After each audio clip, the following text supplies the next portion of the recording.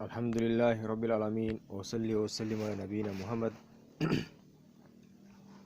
وعلى أهله وصحبه أجمعين. أما بعد, a legal judgment regarding the ruling on membership of the Masonic movement, the decision of the Fiqh Academy.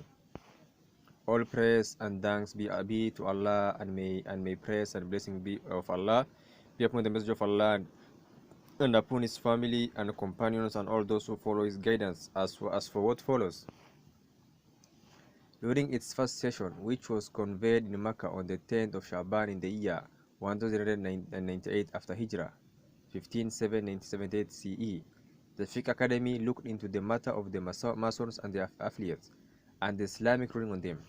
The members of the Academy undertook a thorough study of this dangerous organization, reading what has been written about them, past and present, and the documents and speeches propagated by their members and their leaders, which they themselves have published in the magazines which present them. It became clear to the Academy in a manner that leaves no doubt from the books and texts they read, which follows. 1. The Masonic movement is a secret society which sometimes hides its organization and sometimes reveals it, according to the prevailing condition of the time and place. However, the true principle upon which this organization is based are a secret at all times, the knowledge of which is hidden even from its members, except the chosen few, who reach through many different experiences the highest levels. 2. The movement builds a relationship between its members in all corners of the world, based upon a superficial foundation in order to fool the gullible people, which is that of the human brotherhood alleged to exist between all members of the organization, which supposedly makes no distinction between different faiths, creeds, ideologies. 3. It attracts those persons who are important to it to join the organization by tempting them with promises of personal benefit, or account of the fact that every Mason is bound to help every other brother Mason in any corner of the world, to assist him in fulfilling his needs, achieving his aims, and solving his problems, and support him if he has political ambitions, to assist him if he falls into any predicament, whatever it may be, whether he is right or wrong, oppressor or oppressed. This may be concealed by making it appear that they are helping him when he is on the right, not on the wrong. This is the greatest temptation by which they capture people from all societies, taking from them significant financial contributions. 4. Joining them begins with a celebration for the enrollment of a new member, with a certain frightening rituals and formalities, intended to instill fear in the member of what will happen to him if he ever disobeys their directive and orders which are issued to him in sequence. Number 5. The gullible members are left free to practice their religion, and the organization benefits by controlling them and assigning tax to them within the limits appropriate for them, and they remain at the lowest level. As for the apostates, or those who are willing to become apostates, they are slowly promoted to higher levels according to experience and repeated tests which are given to members based upon their willingness to serve their plans and their dangerous ideology.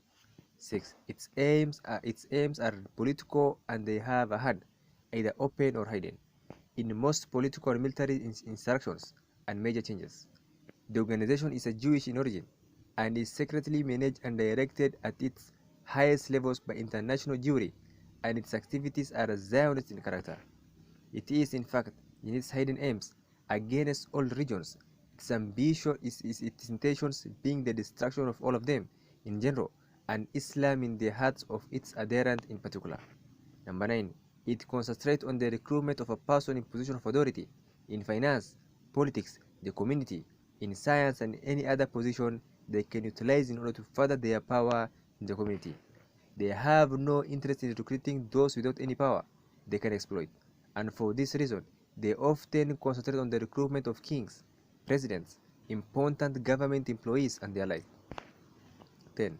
It has many branches, which bear other names, in order to deceive and divert attention, so they are able to continue their activities under different pseudonyms,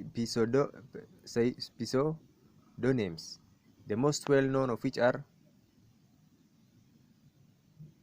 the Lions, the Rotary Club, the Lions, and other such evil movements, all of which are incompatible and inconsistent with Islamic tenets.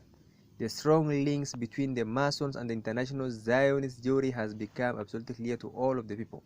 By such means, they have been able to control the activities of many leaders in Arab and other countries in the matter of Palestine, and they have prevented them from carrying out many of the obligations with with respect to this important matter, to the advantage of the Jews and the international Zionists.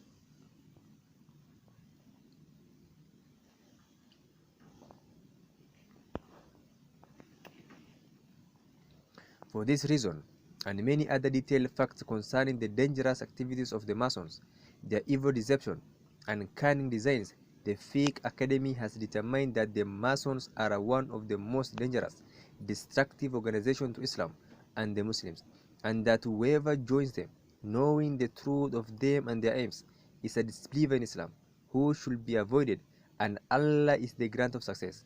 Director Abdullah bin Humaid, Director of the Higher Judicial Council in the Kingdom of Saudi Arabia, Permanent Committee for Research and Verdicts. Fatwa Islamiyya, Volume 1, page 325, Darussalam.